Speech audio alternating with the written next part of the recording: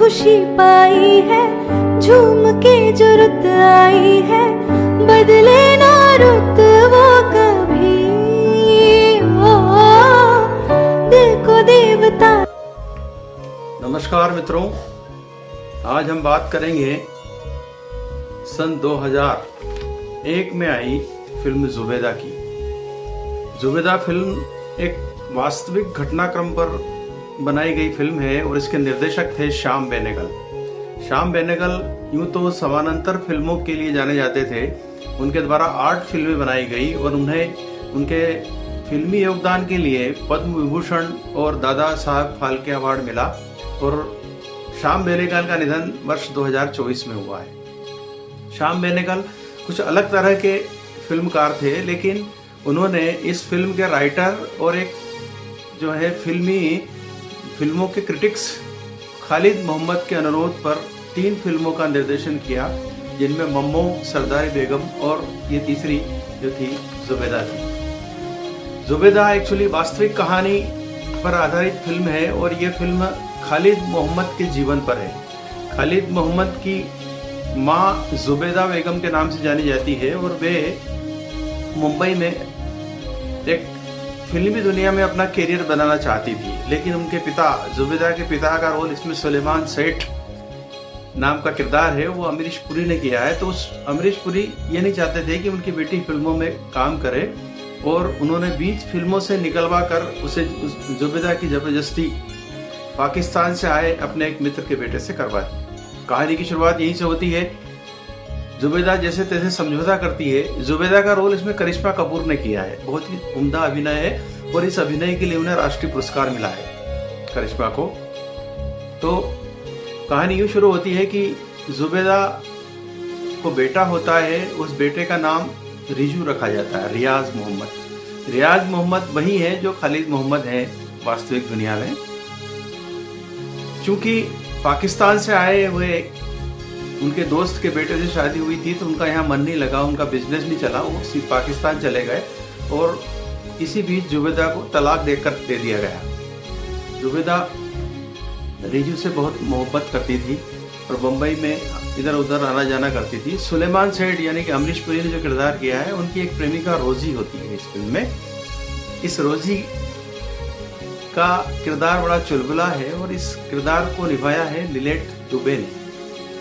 लिलेट दुबे नाम की एक अभिनेत्री है। हालांकि उनको बहुत बड़े बड़े काम नहीं मिले, लेकिन जितने भी उन्होंने अभिनय किए हैं, चाहे बागबान भी किया हो, चाहे जुबेदा भी किया और कोई फिल्मों में किया, बहुत अच्छे किरदार निभाया उन्होंने। तो कहानी आगे बढ़ती है। खालिद मोहम्मद यानी कि रिजू बड़े हो गए हैं और बड़े होके वे उनकी परवरिश जो है नानी करती है। नाना जो थे अमरीश पुरी की डेथ हो जाती है, तो इसमें रिजू रियाज मोहम्मद की माँ मतलब नानी का रोल सुरेखा सीकरी ने किया है। सुरेखा सीकरी भी अपने आप में बहुत ही समर्थ अभिनेत्री है। तो वैसे भी श्याम बेनेगल ने कलाकार बड़े चुन चुन के लिए हैं इसमें, तो उनकी परवरिश करती है। और कहानी शुरू होती है, रियाज मोहम्मद अपनी माँ के बारे में नानी से पूछता है तो धीरे से उसको पता लगता है एक डांस मास्टर का जो शक्ति कपूर ने रोल किया है कि उनकी माँ के बारे में कहाँ से जानकारी मिलेगी ज़्यादा।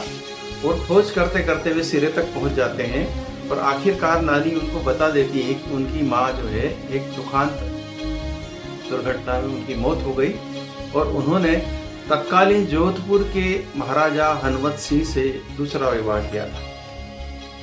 उस जमाने की बात करें मित्रों, तो मुंबई जगह ऐसी थी जो अंग्रेजों के कब्जे में थी और इसको मुंबई प्रेसिडेंसी कहा जाता है। बॉम्बे प्रेसिडेंसी तब मुंबई नहीं था, बॉम्बे प्रेसिडेंसी कहा जाता है। और चूंकि अंग्रेजों के अधीन थी, वहाँ रेजिडेंट अंग्रेज था, गवर्नर अंग्रेज था, तो जितने भी राजा आसपास के रियासतों के थे, उन्होंने अपने वहाँ बंगले बना रखे थे, आमोद प्रमोद के साधन विकसित कर रखे थे और वे घोड़ों का जो दाव लगता है रेस कोर्स में, वहाँ दाव लगाया करते थे और अपने पार्टियां करते थे। और इसी तरह के राजा हनवत सिंह जो है वो जोधपुर के युवा राजकुमार थे।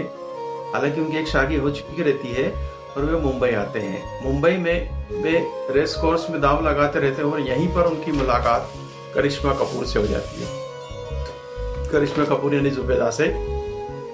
जुबेदा बहुत खूबसूरत युवती रहती है, हालांकि उनका एक बेटा रहता है, लेकिन फिर भी कहीं से यह एहसास नहीं होता है कि ये एक बेटे की माँ है। और इतनी खूबसूरत है कि उसको देखते ही हनुमत सिंह कट्ट हो जाते हैं। राजा महाराजाओं के तो बड़े किस्से हैं, चाहे जितनी विवाह करते थे तब वे, और कोई रोक टोक थी ही नहीं, तो वे जुबैदा को प्रपोज कर देते हैं 2-4 बार की मुलाकात में। चूंकि जुबैदा के पिता जो है वो इस विवाह के खिलाफ भी रहते हैं, लेकिन फिर भी जैसे जैसे मान जाते हैं बेटी की खुशी के लिए। और जुबैदा जो थी अपने बेटे रिजू से बहुत प्यार करती थी, लेकिन वो राजमहल में उसको नहीं ले जा सकती। जुबैदा की नानी आगे आती है कि मैं इसको माँ की तरह संभालूंगी, और जैसे तैसे करके उसको जुबैदा को विदा कर देती। ये कहानी प्रेम कहानी शुरू होती है और यहीं से आगे बढ़ती है। क्योंकि जुबैदा बहुत प्रेम करती है हनुमत सिंह से। हनुमत सिंह का कुछ और नाम रखा गया है इस फिल्म में, एग्जैक्ट वो नाम नहीं बताया गया है कि वहाँ के महाराजा से करते हैं ना, कई बार समस्या आ जाती है उसको लेकर के। तो ये लेके जोधपुर के ले जाते हैं। अब चूंकि मुस्लिम युवती थी, इनका नामकरण भी दूसरा कर दिया जाता है इसके अंदर। और इसमें हनुमत सिंह की जो पत्नी है वो पहले से रेखा ने रोल किया है। वो कई पत्नियां होती है राजा महाराजाओं की, उनमें से एक रेखा भी थी और वो पटरानी थी। पटरानी और इनकी जो बातचीत है और बड़ा एक दूसरे के जो डायलॉग डिलीवरी है बहुत ही आकर्षक है इसके अंदर, और रेखा का रोल बहुत ही अच्छा है इसमें। अब हम पहुंच गए वहां पे राजमहल में। अब हम राजकुमार की बात करते हैं, हनुमत सिंह। हनुमत सिंह का रोल मनोज बाजपेयी ने किया है। बहुत समर्थ कलाकार हैं, इतने समर्थ हैं कि बड़े बड़े हीरो उनके सामने आने से घबराते हैं। इसका एक उदाहरण आपको दूं, आरक्षण फिल्म में अमिताभ बच्चन के सामने उनको रोल करना था, और बाकी वो रोल इतना अच्छा किया उन्होंने। आपको वो डायलॉग आज तक होगा कि बहुत करारा जवाब मिलेगा, मतलब बिग बी को भी उन्होंने बराबरी से टक्कर दी इस फिल्म में। तो इतने समर्थ कलाकार हैं। जब श्याम बेनेगल ने मनोज बाजपेयी को इस फिल्म के लिए बुलाया तो उन्होंने एक जगह कहीं बताया है कि उन्होंने कहा कि साहब मैं तो कहीं से राजकुमार नहीं लगता हूँ, मुझे क्यों चुन रहे हैं इसके। श्याम बेनेगल ने कहा कि तुम राजकुमार नहीं हो, लेकिन लगोगे थोड़े दिन, इतने बड़े कलाकार हो, इतने अच्छे कलाकार हो कि इसमें ट्रांसफॉर्म हो जाओगे। तो वाकई मनोज बाजपेयी ने जिस तरह से इस फिल्म में एक्टिंग की है, बिल्कुल ऐसा लगता है कि ये राजकुमार ही पैदा हुए हैं। ऐसा नहीं लगता कि बिहार किसी छोटे से गांव से पढ़ लिख के आए हैं या कलाकार बने। उसमें चाल ढाल, उसमें बातचीत करने का तरीका, इतना गहन अध्ययन किया मनोज बाजपेयी ने, और अपने आप को उस किरदार में ऐसा फिट कर लिया है कि आपको कहीं से कहीं तक नहीं लगा कि राजशाही या राज परिवार का व्यक्ति नहीं है। तो मनोज बाजपेयी अच्छा रोल करते हैं, घुड़सवारी करते हैं राजाओं की। अब शादी करके जोधपुर ले आते हैं उनको।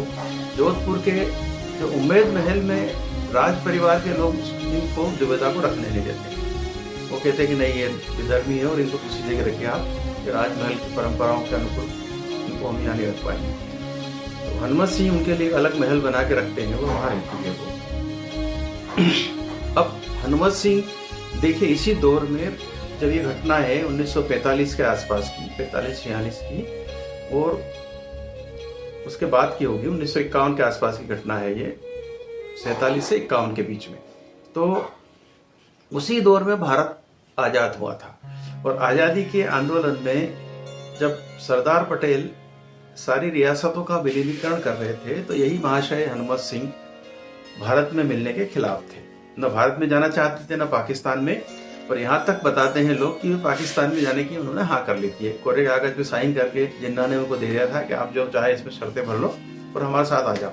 जब ये बात उनको मालूम पड़ी वीपी मेनन के थ्रू सरदार पटेल को, तो वीपी मेनन को उन्होंने भेजा जोधपुर की महारानी मतलब हनुमत सिंह की माँ और अन्य लोगों के कहने पर कि भाई पूरी रियासत में हिंदू बहुल है और तुम पाकिस्तान में कैसे जाके रहोगे, बहुत समझाया। तब जाकर के हनुमत सिंह माने और उन्होंने विलय पत्र पर हस्ताक्षर किए। उसकी भी कहानी है कि आखिर में विलय पत्र पे हस्ताक्षर करने के बाद वीपी मेनन के साथ जब वो दिल्ली आ रहे थे, तो उन्होंने जिस पेन से साइन किए वो एक पिस्तौल हुआ करती थी, उसमें वो पिस्तौल खोल के वीपी मेनन की तरफ तान दी, और खुद विमान चलाते थे तो इतना रफ चलाया कि बस वो लगा कि जान गई वीपी मेनन।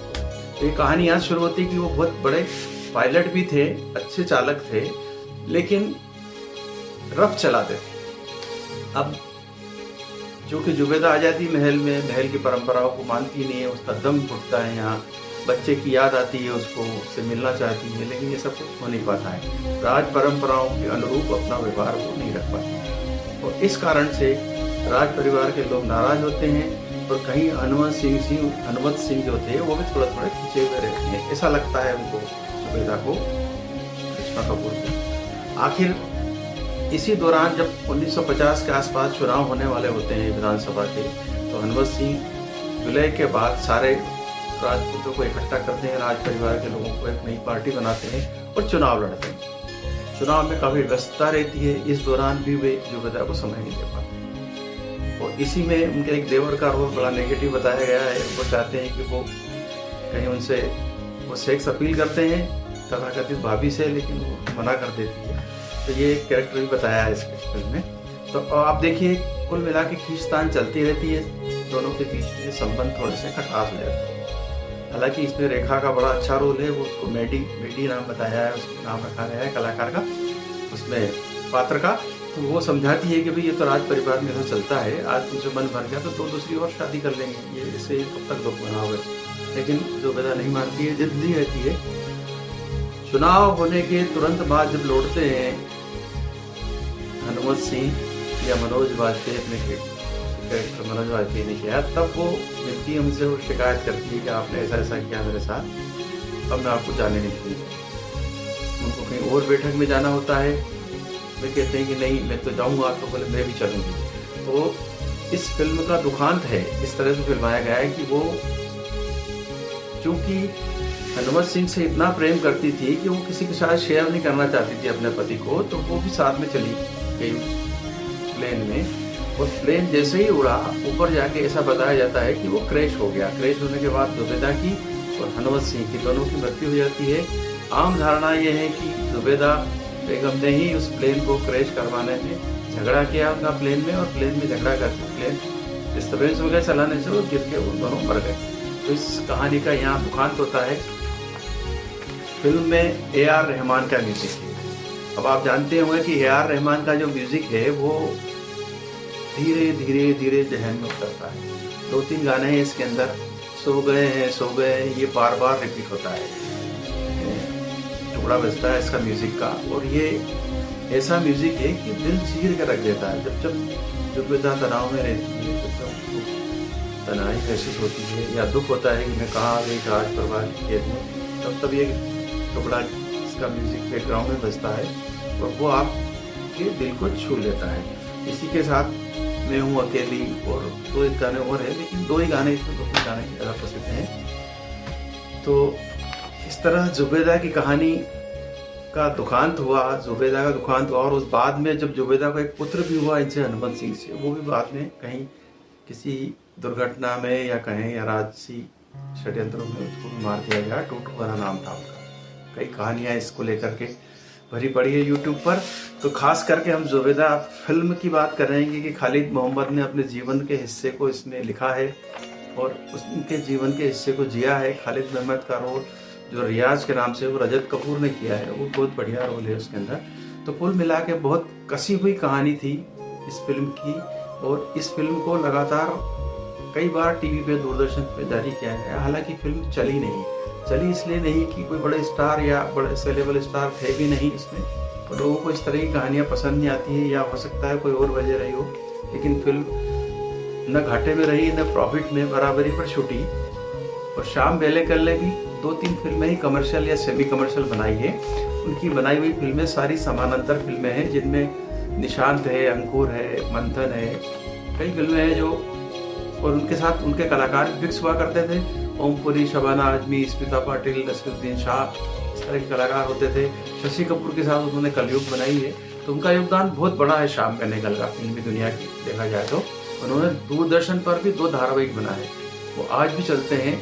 जवाहरलाल नेहरू के द्वारा लिखी गई डिस्कवरी ऑफ इंडिया पे भारत एक खोज और इतिहास आपको देखने को मिल जाएगा। सारी सीरीज में देखी है, यूट्यूब पर पड़ी हुई है। और इसके अलावा उन्होंने जो है दूरदर्शन पर जो है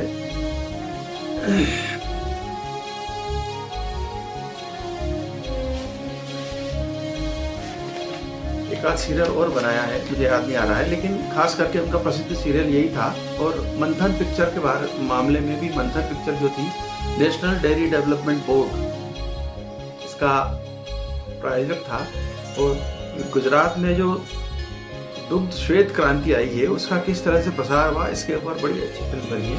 इसमें रसूद्दीन शाह हैं, स्मिता पाटिल है। तो कुल मिला के श्याम बेनेगल के योगदान को हम भूल नहीं सकते, खास करके समानांतर सिनेमा में और सेमी कमर्शियल में उन्होंने जुबेदा बनाई, वेलकम टू सज्जनपुर बनाई, ये फिल्में बनाई, लेकिन दोनों फिल्में कुछ खास चली नहीं। तो जब भी आपको कुछ अच्छी फिल्म देखने का मन हो या बहुत ज़्यादा कमर्शियल न हो लेकिन कुछ सेंसेबल पिक्चर देखना हो तो जुबेदा देखिए, वेलकम टू सज्जनपुर देखिए। और तो आर्ट फिल्में देखना है तो ये निशांत, अंकुर और मंथन देखिए। आज बस इतना ही। नमस्कार, ऋषि शर्मा।